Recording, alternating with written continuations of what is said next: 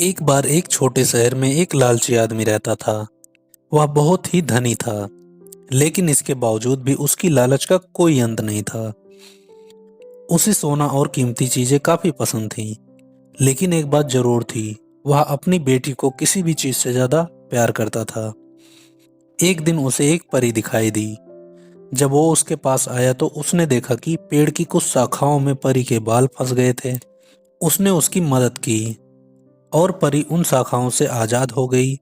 लेकिन जैसे जैसे उसका लालच हावी हुआ, उसने महसूस किया कि उसके इस मदद के बदले में एक इच्छा मांगकर वो आसानी से अमीर बन सकता है। ये सुनकर परी ने उसे एक इच्छा पूर्ति करने का मौका दिया। ऐसे में उस लालची आदमी ने कहा, जो कुछ मैं छूऊं वह सब सोना हो जाए। बदले में ये इच्छा को भी उस परी ने पूरा कर दी।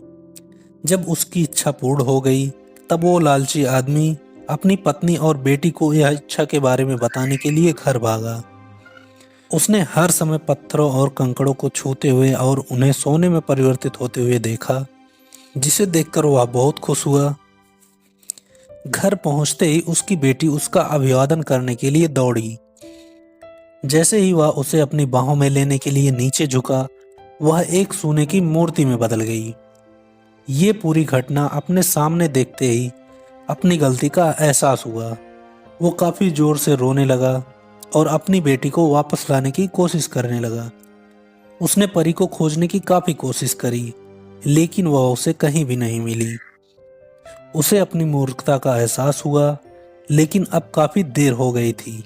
तो दोस्तों, इस कहानी से क्या सीख मिलती है? हमें ज्यादा लालच नहीं करना चाहिए। ज्यादा लालच अच्छा नहीं होता है।